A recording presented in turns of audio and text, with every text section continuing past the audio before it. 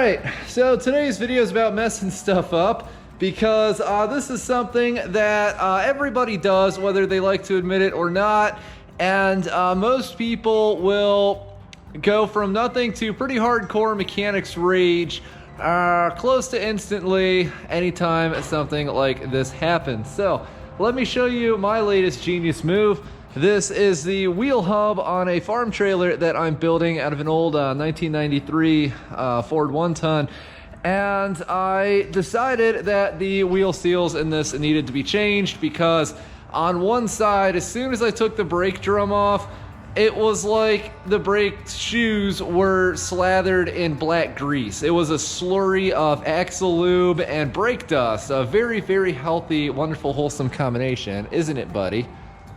No, he wants to go sniff stuff. Okay. And so I figured that these seals were leaking, as well as probably also the brakes, because there was next to no oil in the rear differential of this thing. So I went and picked up 2 seals and proceeded to begin changing them out. And I got the old seal out of this hub removed. And in my enthusiasm to fixify things, I installed this seal without bothering to do plebeian nonsense, like making sure that the bearing, this bearing, was actually in here first, which it wasn't. So I was like, all right, well, you know, I can fix that. And so since there was no bearing in here, I was able to ram something up this way through the hub and pop this seal out with minimal damage. But as you can see, it is still damaged, like there and there and there from that. And what some people would do, and what is not the right thing to do in this situation, is to pretty much just bury it and pretend like it never happened. The proper thing to do is to, where did it go? Don't tell me I lost my replacement. Oh, there it is. The proper thing to do is just admit that you messed up on something and order a new one. And I got this for like $31 off of eBay, so it's not even that big of a deal. So, and actually this is one of the old ones because it says made in USA, and these new seals are Mexico's finest. Anyway, yeah. So where I was going with this is kind of, in this specific circumstance, it's kind of a risk-reward dynamic, because you have to ask yourself, what's the worst possible thing that could happen from this situation? And if I go about this another way, what's the best thing that could happen? Well, the best case scenario is that this thing still seals properly, not only now, but like a while from now, once it's like worn in a little bit, and then I save 30 bucks. Worst case scenario is that it doesn't seal, or even worse yet, it seals at first, so I don't worry about it, and then later it starts leaking, and from there it drains all the oil out of the differential, and I cook a bearing and lose a wheel off this thing 6 hours from home. To save under $31. It's like 30 cents and change. Not worth it. Really not worth it. So my mentality with stuff like this is, well, there's a saying, if you ain't breaking stuff, you ain't making stuff. And the cold hard truth is that is the cold hard truth on pretty much any project. You know, when I was younger, I used to work on a farm back in Ohio, and this big jolly older gentleman, he could be a mall Santa Claus if he wanted to. He was one of those types. I remember one day we're doing something, and it was me or one of the other kids was working there. We messed something up, and he's like, oh, you know, it's not a big deal. We can straighten this out. And he asserted her, smacks it with a wrench or whatever he did, and it started working. It wasn't a problem. And he's like, you know, that's the worst thing that happens today. We'll be doing pretty well. And that's something that has stuck with me ever since. That was like 11 years ago. I probably think of it every single day. So when something like this happens, if I say to myself, you know, if this is the worst thing that happens on this build, I will be doing pretty well. This truck was probably a 6-hour round trip to go and grab. I got the cab out of here and the transmission and a whole bunch of other menial nonsense, and nothing bad happened. Didn't drop anything on anybody. Didn't drop the truck cab on the dog, you know, nothing along those lines. No chains broke. Didn't flip the tractor over lifting heavy stuff. Very thankful for that. It's coming in under budget because I was able to sell the cab assembly off of this, and now this whole thing, which cost next to nothing in the first place, cost me even less. And overall, it's been a pretty seamless project. I don't know how many hours I have in it because I can't really work on it 8 hours a day. I'm trying to juggle a whole bunch of stuff right now, but I've been working on this off and on for the last week or so, and things are going pretty well. So yeah, that's the thing. You know, the other thing about this is if I had, you know, obviously I shoehorned this back together and threw it on the truck because otherwise I'm going to have like open bearings and a welding environment and I'm going to lose parts and pieces. So I just shoved it all back together.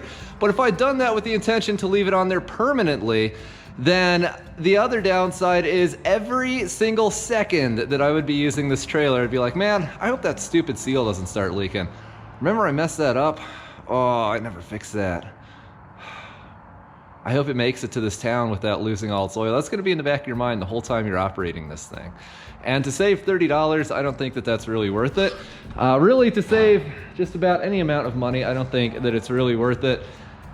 And the other thing is, you get a certain satisfaction from doing things that are done properly. Even if it takes a couple tries to get it done properly, you still, you know, you look at the finished project and you say to yourself, I did this as well as I could possibly do it based on what I started with. And this isn't going to be perfect. Like, look at this. Someone just welded these nasty, you know, looks like they cut them with their teeth, pieces of channel iron straight to the top of this bed for the wooden sides. It's not going to be perfect. You know, I'm not going to take this off and do this. I'm not going to replace this floor because it's a scabby old farm trailer, and I'm not going to spend probably $500 on steel replacing all this diamond plate.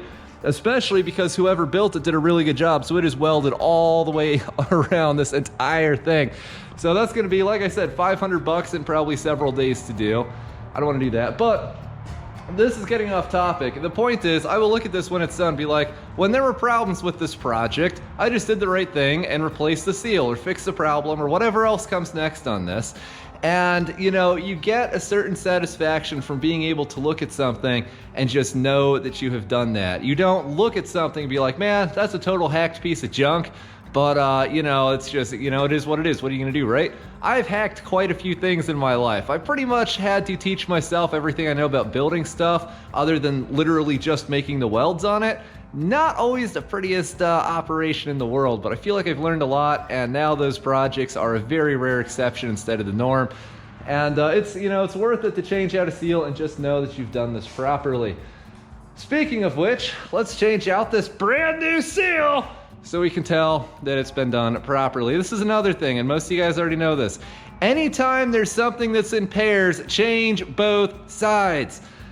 The wheel on this that was leaking with that grease brake dust slurry I told you guys about, that looked like it was the original seal, because when I took the seal off the other side of this truck, the font and the text and everything on it, they look like the brand new seals I just bought. So I think what happened is within the last handful of years, the seal on this side of the truck started leaking, so they changed it, and then surprise, surprise, this one starts leaking, and I go to change it. If someone had changed both of them, I wouldn't have had to change either.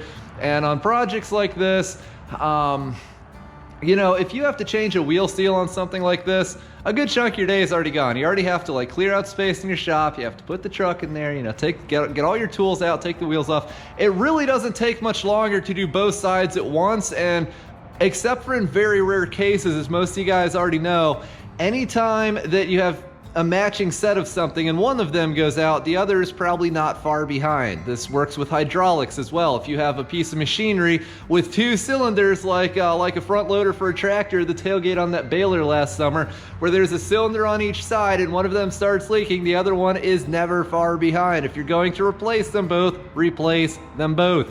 If you're going to rebuild them both, or reseal them in this case, then reseal both of them. Now I know, obviously, you know, maybe this was just a quick repair that someone did when they did this side at whatever point, just to get it through the day. They knew they were going to sell the truck. They didn't care. But still, it's really best to do matching things in matching pairs. All right, let's come over here and mutilate these brand new parts a little bit more. Okay. Well, you know, normally I come in here and clean this up, but there's nothing to clean up because I just installed that. Anyway, tear open this.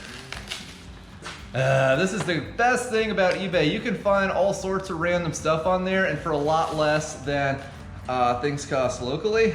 And I say locally, usually I'm referring to like big chain department stores or whatever, because I bought those other seals at a local O'Reilly's and they were like $42 reduce a piece. But I bought them locally so I wouldn't have to wait for them to show up. So what I did is I promptly went home and destroyed one of them, so then I had to wait for the cheaper ones on the internet to show up, or the cheaper one rather. This was only $32, it's a better seal. This is the old style font, it says made in USA instead of Mexico. And let's see, we'll put the oil side in. Don't want to mess up two seals on one side of one project. Clean the dust off of this so I'm not dropping chunks of filth into the whole new thing there. Oh, look, goes right in. Oh, excellent. It's like someone meticulously cleaned this days ago.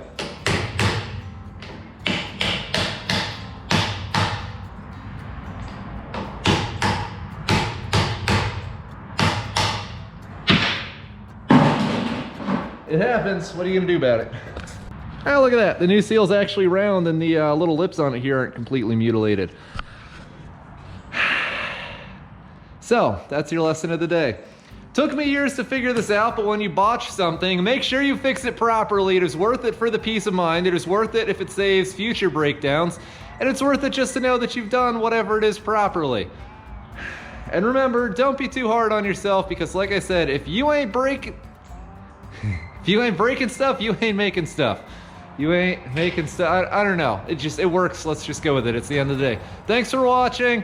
And remember, it's always worth it to go back and do things properly. Isn't it lucky?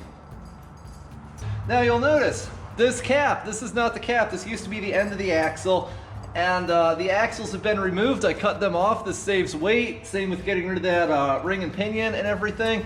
And additionally, it gets me like probably a good 6 feet of axle material for future projects. And what's really cool, all right, I need you to move, buddy. What's really cool is that these are what's called fully floated axles. So on like a half-ton truck or a small SUV or something, the axle itself takes some or most of the weight. I don't know, I'm not a mechanic, of the vehicle itself. On these, however, it doesn't.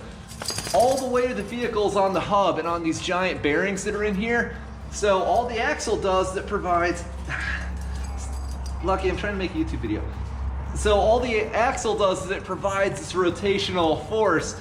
And that's why it's actually possible, if you've got a truck like this and you somehow break an axle, you can change out the axle without even taking the tires and the wheels off the truck. You just undo these bolts here, whole thing comes out, you fish off the broken piece, stab in a new axle, run in these 8 bolts, and that's it. All the axle does is rotate this hub, so all the weight is on the hub and it should be perfectly sound. And yeah, you just gotta put all this back together now.